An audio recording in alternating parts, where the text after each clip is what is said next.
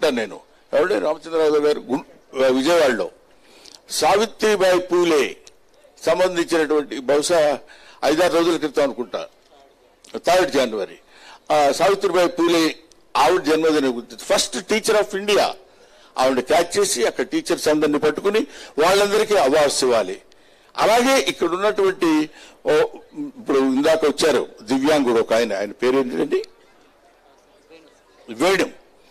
అలాంటి వాళ్ళ పట్టుదల వాళ్ళ ఒక ఆర్ట్ మీద వాళ్ళకు ఉన్నటువంటి గొప్పతనం, పట్టుదల, కమిట్మెంట్ మనం ఎలాగైనా సరే అంటే life is a challenge, should meet it. Life is a game, you play it. అంతే. Life is a flower, you fragrance it. ఇటువంటివి జీవితాన్ని అంత ఛాలెంజింగ్ గా తీసుకోగలిగినప్పుడే ప్రతి విషయాన్ని. ఇప్పుడు నా మిత్రుడు ఒక ఆయన చెప్పాడు, ప్రయత్నిస్తూ మరణిస్తే అది విజయం, ప్రయత్నం విరమిస్తే అది మరణం అన్నాడు. ప్రయత్నం విరమించకూడదు. దానికి నువ్వు ఊరికే కబురు చెప్తావా, నువ్వు ఏదో సినిమాలో యాక్ట్ చేసినట్టు కామెడీ చెప్పినట్టు చెప్తే కుదరదు. ప్రయత్నం, మరణించడం ఇవన్నీ పదాలు బాగానే ఉంటాయి అనొచ్చు. దానికి నా జీవితమే ఒక నిజమైనటువంటి ధర్మబద్ధమైనటువంటి సత్యం. I belong to a very very very poor family. మా బ్రదర్స్ సిస్టర్స్ 8 మంది. మా father is poor teacher and carpenter. ఆయన మమ్మల్ని చదివించి పైకి తీసుకురావాలి. అప్పట్లో వీళ్ళని చదివించి పైకి తీసుకురావడం అంటే చాలా కష్టం కదా అని నేను చదువుకుంటానని గీపెట్టి నాన్నతో పోరాడి 8th క్లాస్ 10th క్లాస్ వరకు, ఆ రోజుల్లో SLC ఉండేది, అంతవరకు చదువుకున్నా. ఆ తర్వాత ఆపేస్తాన్నాడు. కాదు, మళ్ళీ చదువుకోవాలి.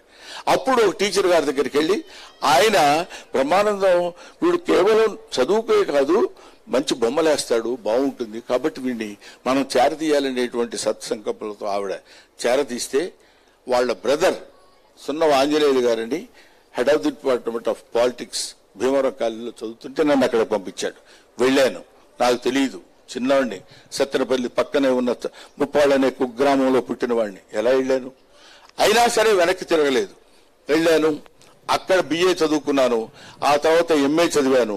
ఆ తర్వాత భగవంతుని అనుగ్రహం చేత, ఏడుకొండలవాడి అనుగ్రహం చేత నేను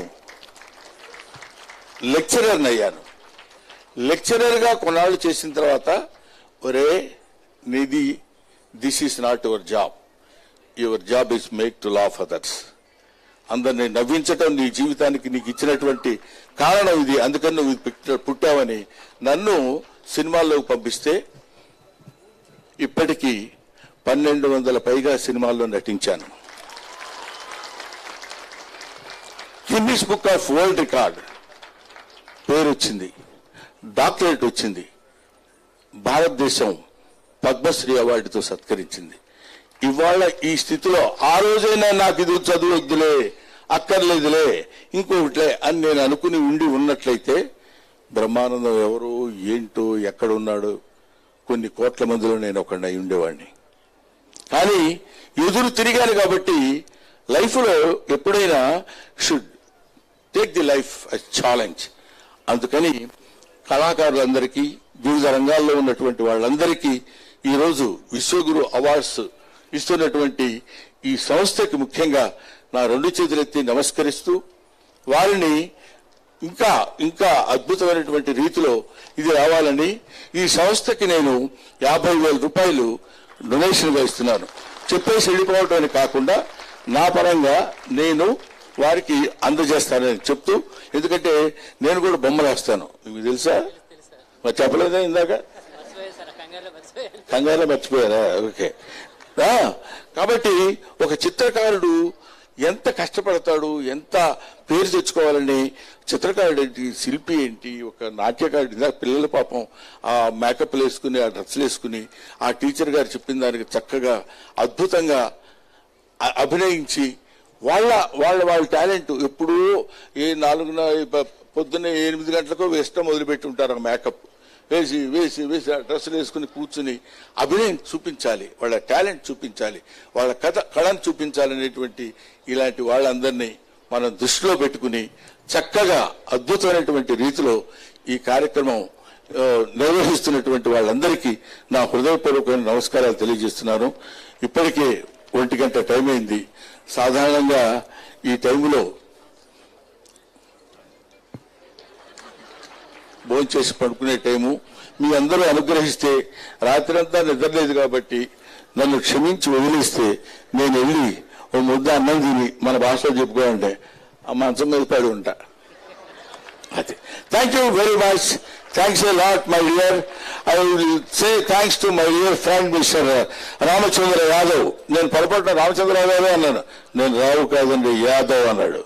ఓహో, యాదవ్ అంటే మామూలు ఆ చరిత్ర చెప్పాలంటే కొన్ని గంటలు పడుతుంది.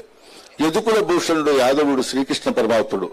ఆ దానికి సంబంధించినటువంటి అంశకు సంబంధించినటువంటి వ్యక్తి కాబట్టి మీరందరూ మహానుభావులు ఎంతో మంది ఉన్నారు. మీ అందరూ చేయూతనేసి ఇదిగో ఇలాంటి రాంబాబు లాంటి వ్యక్తిని పర్వాలేదు ఇలాంటి వీళ్ళని ఇట్లాంటి ఆర్గనైజేషన్ ని మీరు పైకి తీసుకురావాలని మనస్ఫూర్తిగా నేను కోరుకుంటున్నాను. ఏదో సభాముఖంగా ఒక మాట అనేసి వెళ్ళిపోవటం కాకుండా రేపెన్నింట్లోనే మీ డబ్బు మీకు పంపిస్తాను. నమస్కారం. Thank you.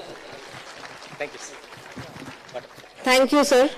సార్ మీరు నా గురించి ఏం చెప్పలేదు సార్. అసలు నేను నిజంగా మీ గురించి చెప్దాం అనుకున్నా. మనం ఎప్పుడు చప్పటి కొట్టమని అడుక్కోకూడదమ్మా. ఎందుకంటానంటే సార్ చప్పట్లు కొట్టమనేది వాళ్ళలో ఎనర్జీ కోసం సార్. వాళ్ళు నిద్రపోతున్నారా మేల్కున్నారా చూడాలి కదా. వాళ్ళు నిద్రపోతున్నారా మేల్కున్నారా అనేది మనం మాట్లాడే దాన్ని బట్టి ఉంటుంది. అలాగే మనం మాట్లాడే స్టఫ్ ని బట్టి ఉంటుంది. వాళ్ళు వినాలనుకుంటే చప్పట్లు కొట్టాలనే భావన వాళ్ళకి కలిగినప్పుడు కొడతారు. అయినా సరే మీరు అందరూ ఒకసారి చప్పట్లు కొట్టండి. అదే sir. Thank you sir. Thank you sir.